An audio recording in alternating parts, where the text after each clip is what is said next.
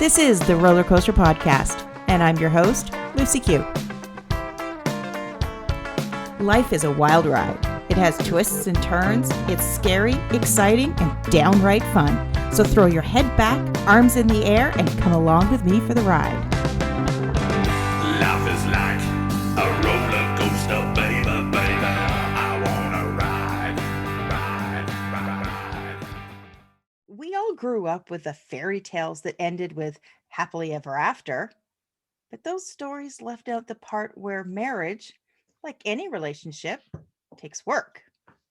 Joining me today is Veronica Williams, a certified coach, keynote speaker, and certified facilitator in the area of relationships, to chat about love and marriage. Hi, Veronica. Hello, Lucy. So, okay, I've been married. I just celebrated 27 years. Awesome. Just a few weeks ago. We've been together 30 years, and I can definitely say that in my 27 years of being married, I have never come across somebody that has a perfect marriage. Right. I haven't either, but I do run across people that have healthy marriages. Yes, They might not there's be a big perfect. difference. They might not be perfect, but they're healthy marriages. And I think that's what we run into the most. Then we could say perfect. And I found that, when I go back to, those early years when we got married and our friends around us were getting married, a lot of us stayed together, but also a lot of people broke up.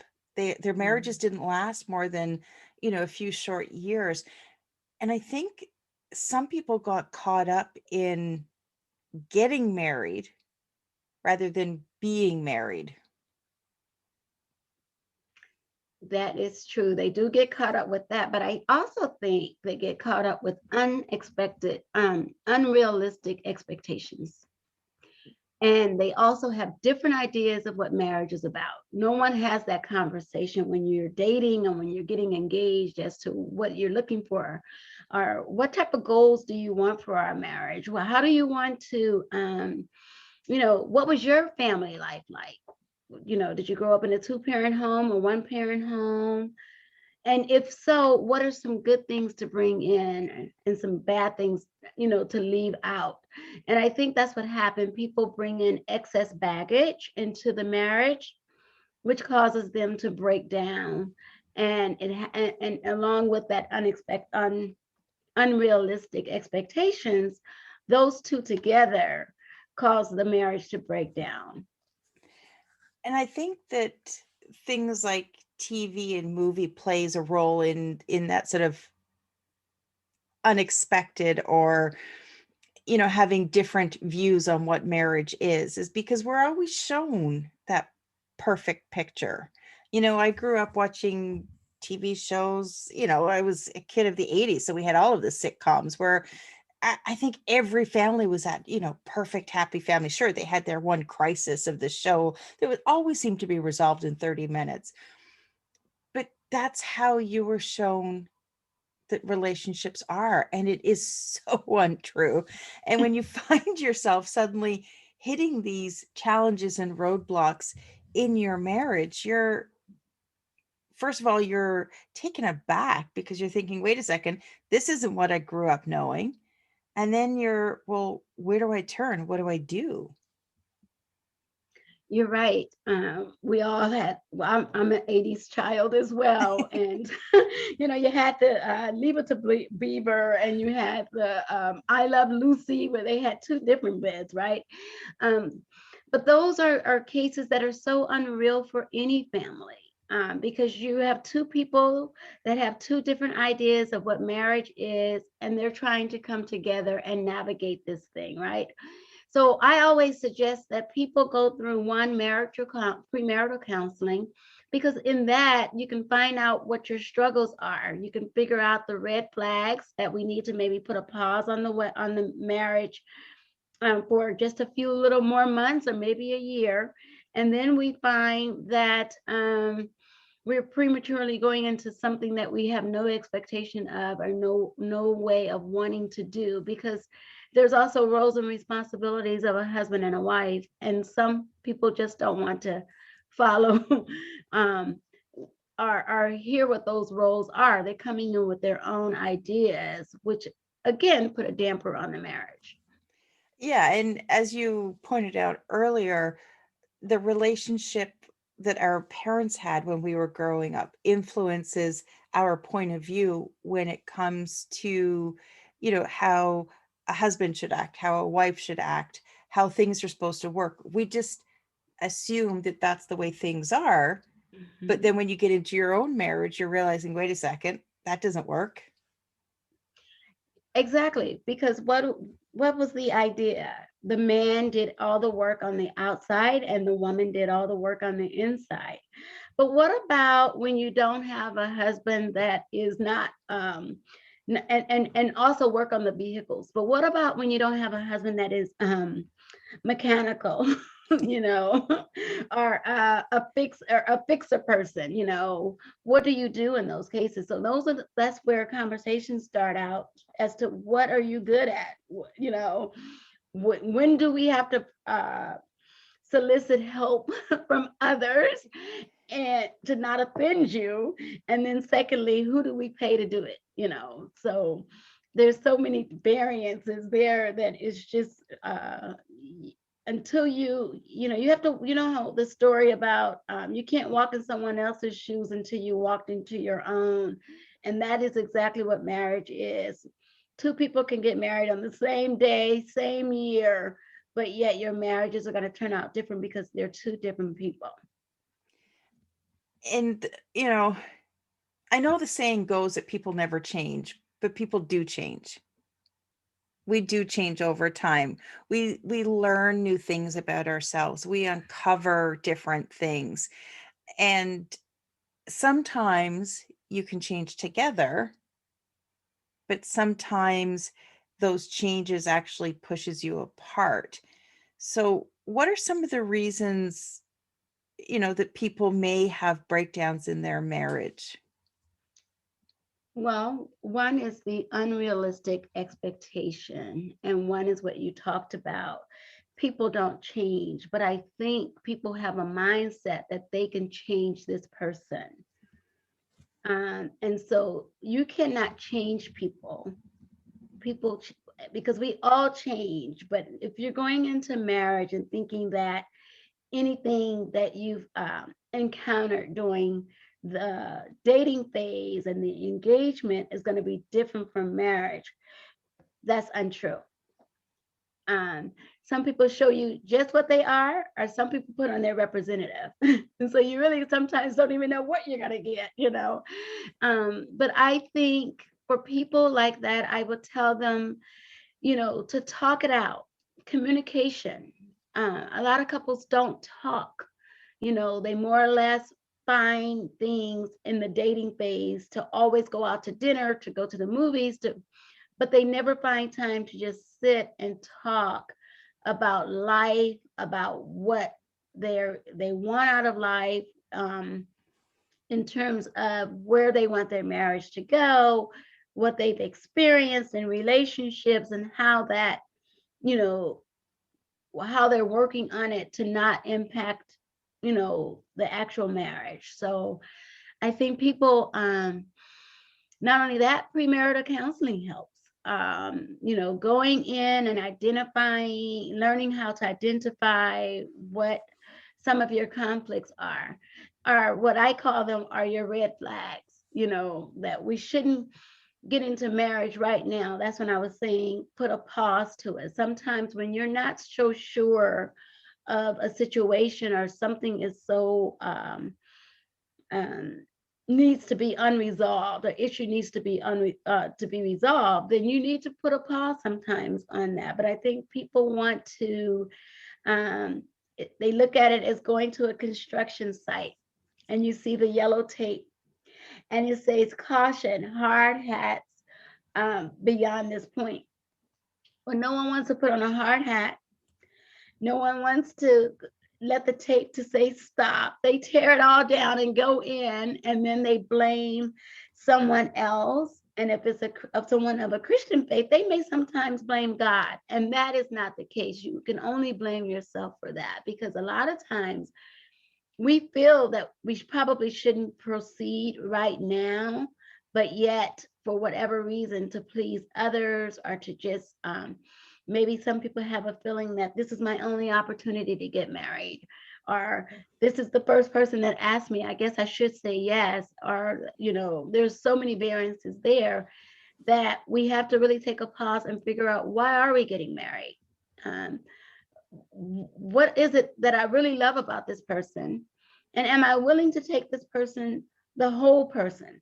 Those things that I know now, those things that will change over time, and those things that are unknown to us that we would discover together. You're talking about, how you should sit down and talk. And I was just sort of remembering that, when you get married, you're initially caught up in, the marriage and after the marriage. And, inevitably a lot of us end up having kids, and then you're raising the kids. And I'm looking back, and it didn't, for us, we didn't really talk because everything was just assumed. Things were done, and you'd kind of bicker here, you'd argue there, but you just kind of assumed, and you fell into these habits. And for us, it actually took us hitting a bit of not a bit, really rocky place before we actually created this space to stop and have those conversations, and have them in a way that you are actually listening to the other person. And that's when our marriage changed. Everything changed, was because we were able to have certain conversations. But in having those conversations, you have to be open to being vulnerable. And that's one of the hardest things to do, even with your partner, even with somebody that you have spent the last 20, 25, 30 years with. Being vulnerable is hard. Yes. I say to anyone that's getting married, you have to be, marriage causes you to be vulnerable. And that's where a lot of the relationships stop.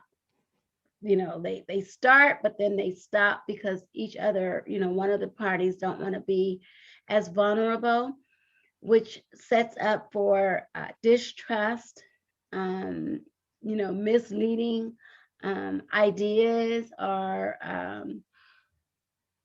putting yourselves in no one wants to be hurt again, maybe in some cases. And so you have to really you have to really know that you trust this person with your whole heart.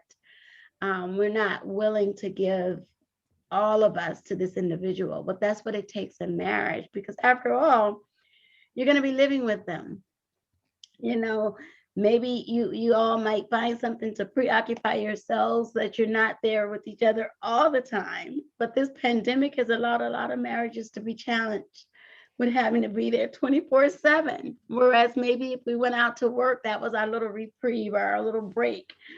But now it's like I'm learning some new things that I don't like about my husband, or that I don't like about my wife. And we seem to voice them. And therefore you find yourselves, like you were saying, in an argument here and an argument there. But what this author, Dr. Eckeridge, he talks about a book. His book is Love and Respect. He talks about when we argue, it's a crazy cycle. It never stops.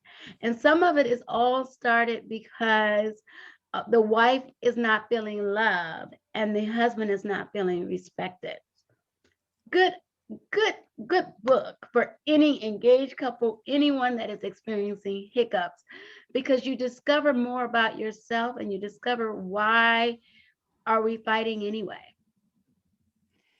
And that comes, and again, it goes back to communication, and it comes back to being able to communicate to your partner when you do this, I feel this. And often when you express it in those terms, they look at you and they go, what? That's not even close to what's going on here. But it's the stories and the history that we have in our own head that's framing the situation. But that isn't necessarily what's going on with the other person. They could be in a completely different area. And it feels a bit awkward when you start saying things like, when you say this, I feel this.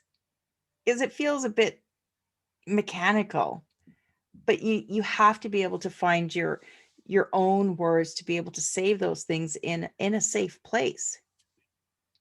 Exactly. But also in that, not only communication, but listening skills are required in marriage and in conversations with anyone, because sometimes we may say something and the other person think they heard what they were saying, what you said. And then when you can take time to think about it, you say, oh, that wasn't what I was talking about at all, you know? And from Dr. Eckeridge's book, my husband and I have developed this thing that, you know, I have something to say to you, and it's not intended to be a crazy cycle. You know, so that way it takes down the guard, the defensive guard that we immediately put up the minute someone say, can we talk? Yeah. You I don't want to be automatically, crazy here, or I might be maybe way off base. And it's and I'm not trying to start an argument. And so a lot of times we get historical in our arguments, you know, oh it's not yes, really about that you thing. always do this, or you remember the time that you did that. Oh yeah. That's because we never resolved the other issue before we had our next fight, you know. And but it shouldn't really be a fight, because we're really just trying to come together to resolve whatever conflict that we may have. But our conflict should allow us to grow closer versus to separate us. You know, I think sometimes in marriages, people look at our conflict. Well, you won the last fight. It's my time now. And you don't back, but Fighting to win, you know, and yeah. it shouldn't be a fight to win. It should just be a fight to resolve. You know, And there's no winners. I'll be honest, I used to fight to win. I did. I used to fight to win. And you're talking about listening. It would be, I probably wasn't listening. I was just shutting up long enough to think of my next answer. Exactly. I'll be Exactly. honest. I'll be honest. And also when we go and approach our husbands, they're fixers, right? So sometimes that you're going to your husband about an issue. It's not even about him, but you just want to conversate about something. He may automatically get into a fix it mode when you really only want him to listen. Yes. So you have to preference that. I don't want you to fix this. I just want you to listen. Just listen. Yeah, just Because sometimes we don't really hear what the other person is saying. We've already jumped 10 feet ahead of them in a mode to fix what they're saying, and we haven't even heard what the real issue was.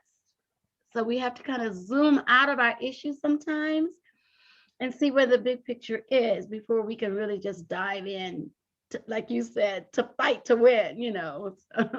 I find that rather funny, because that is realistically, that is how people it is. look You want at it, situations. you want to be more right than the other person, or you want the other person to tell you that you're right.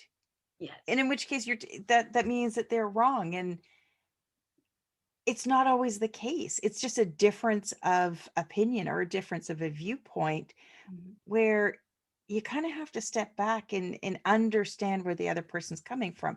It's not easy.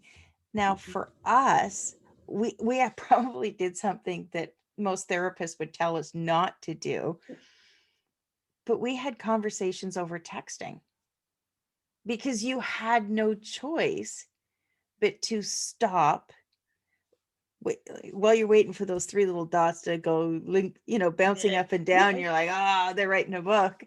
But you have, when you're doing it that way, you do kind of have to stop. You have to wait.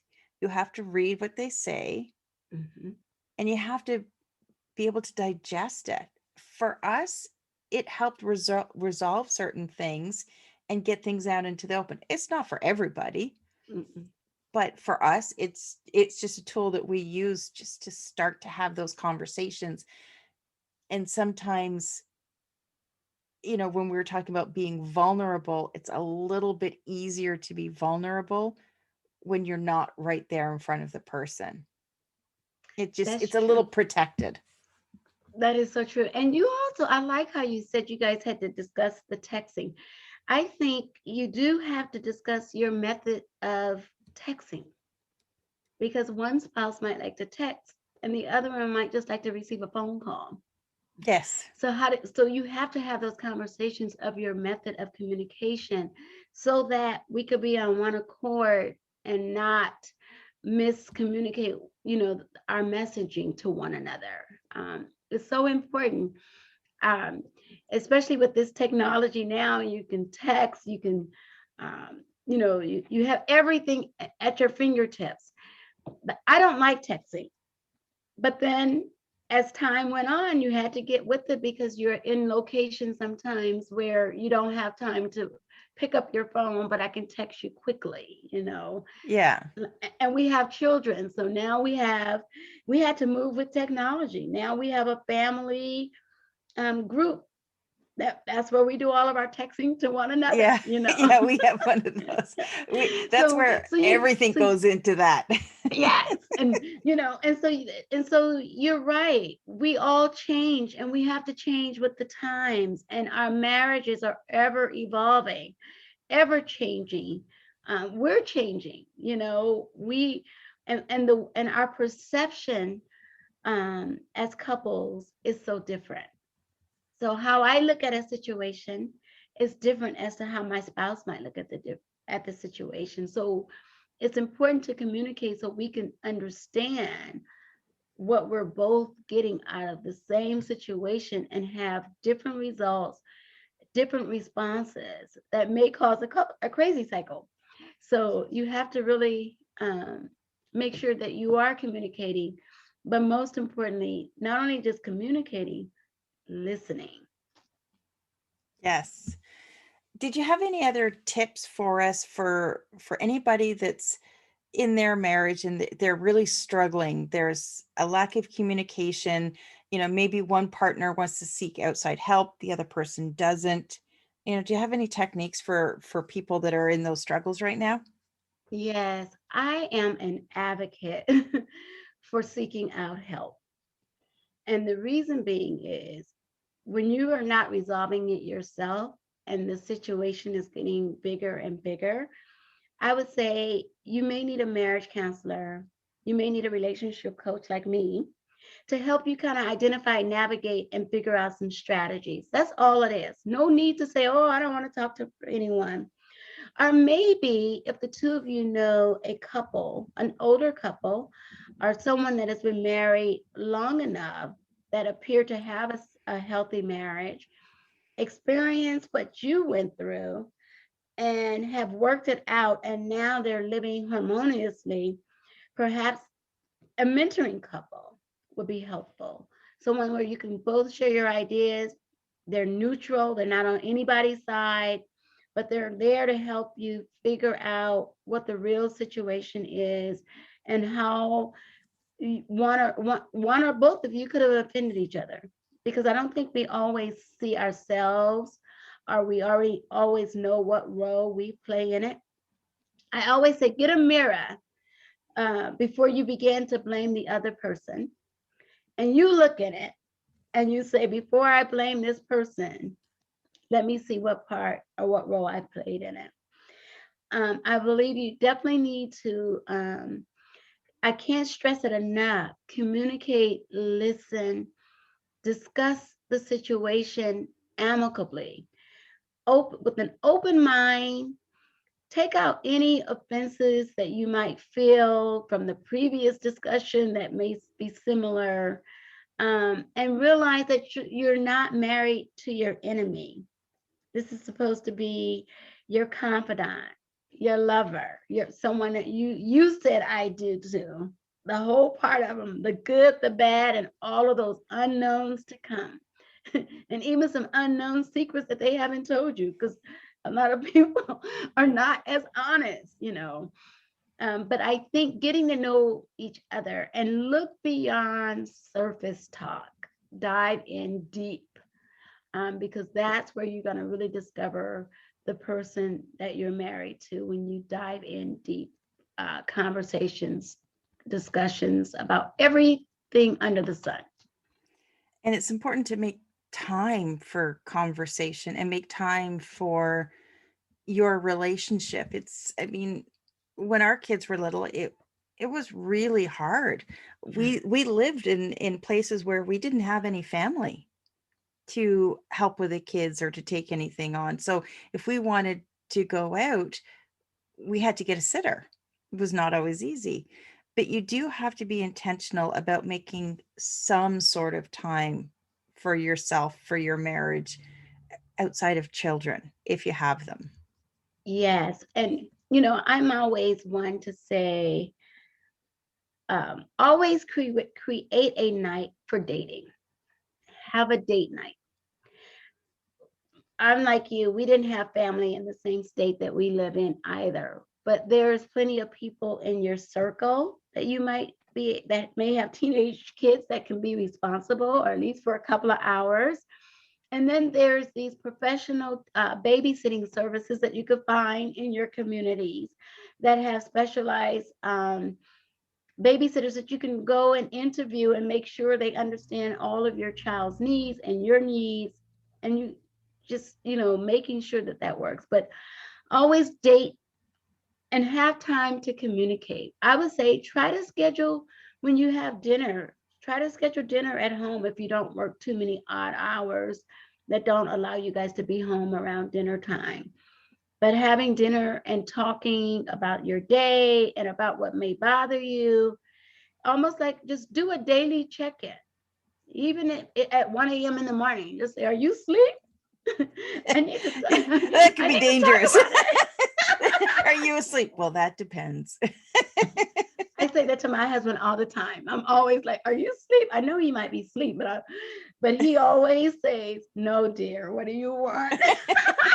And sometimes do surprises. Be spontaneous. Don't let your spouse know that you are.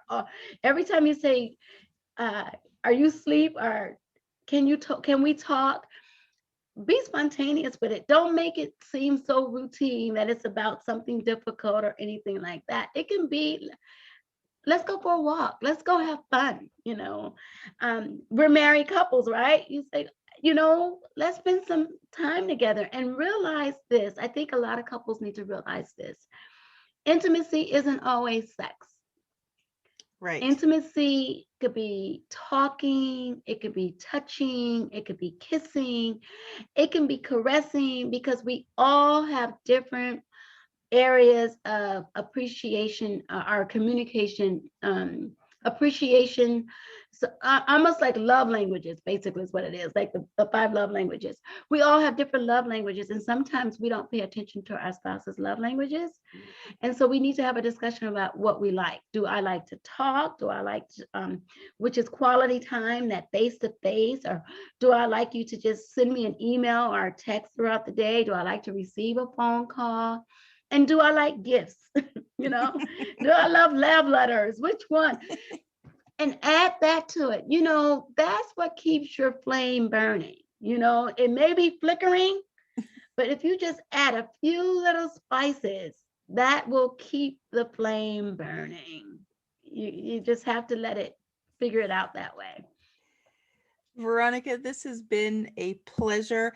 If somebody is looking at connecting you, where would be the best place for that?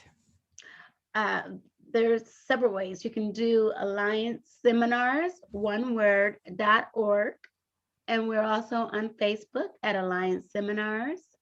Or you could do info@Alliance Seminars. If you're listening and you're looking at connecting with Veronica, make sure you check out the show notes. I'm going to have all of the links in there. And Veronica, thank you so much for joining me today. Oh, thank you for having me. It's been a pleasure. Thanks for listening to this episode of the Roller Coaster Podcast. Want to chat or share your ideas about today's show? Pop me an email at hello@therollercoasterpodcast.com. Don't forget to connect with me on Facebook and Instagram at The Roller Coaster Podcast. Our theme song, Roller Coaster, was performed by The Lucky Setback. Audio editing by the one and only Jeff Quigley of Quigley Creative.